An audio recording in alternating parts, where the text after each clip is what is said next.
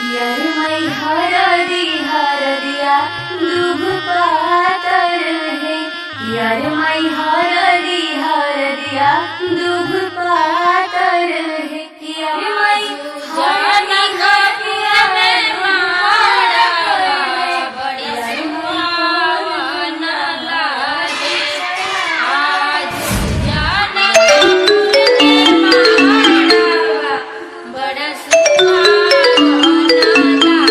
Hello. हाँ hello.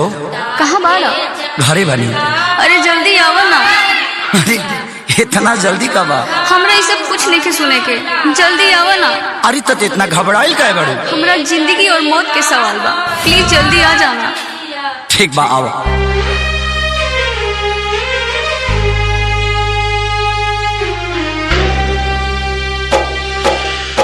Shashi Kapoor DJ.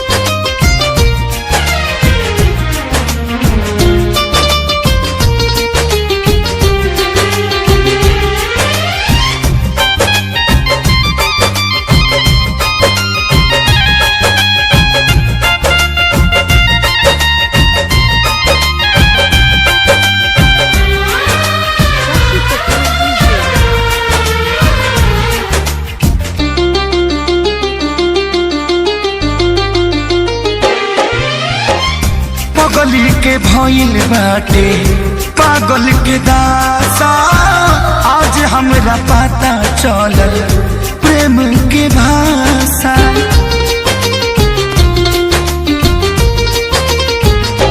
हाँ पगली के भइल बाटे पागल के दासा, आज हमरा पता चलल प्रेम के भाषा। रोते रोते मिले हमसे आयल बड़ी, रोते रोते मिले हमसे आयल बड़ी। हमर जान आज हरदी से लटाइल बड़ी, हमर जान आज हरदी से लटाइल बड़ी।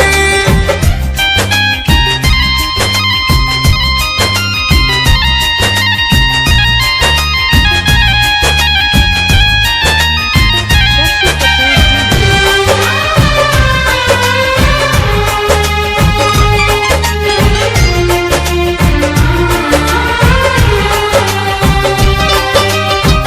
घर परिवार देख खोजत होई जा, छतिया पमुड़ी धके रोवा तारी एही जा।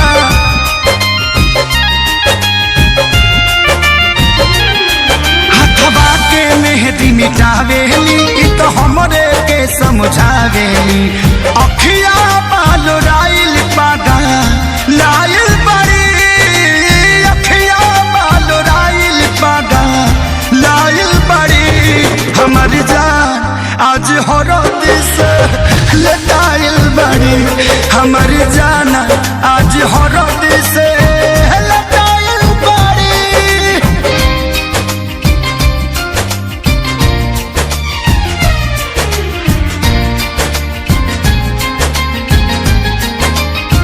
शशि कपूर डीजे।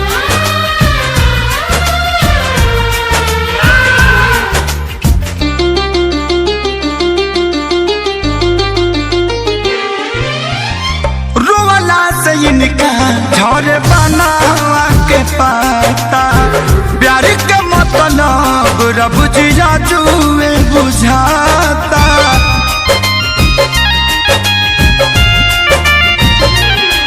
हम इनका से तनिको खफा नहीं खी, काहे की जान बेवफा नहीं खी। अखिलेश के खेसारी खाती भुलायल बड़ी, अखिलेश के खेसारी खाती भुलायल बड़ी।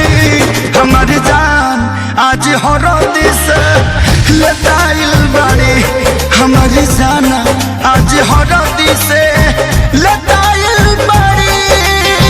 ए जान हम तो के छोड़ के ना जाए। सुना कुर्बानी के नाम ही तो प्यार होला, और प्रेमी से बढ़ के परिवार होला। सबके इज्जत के बात बजान तोहरा चले के परी चला।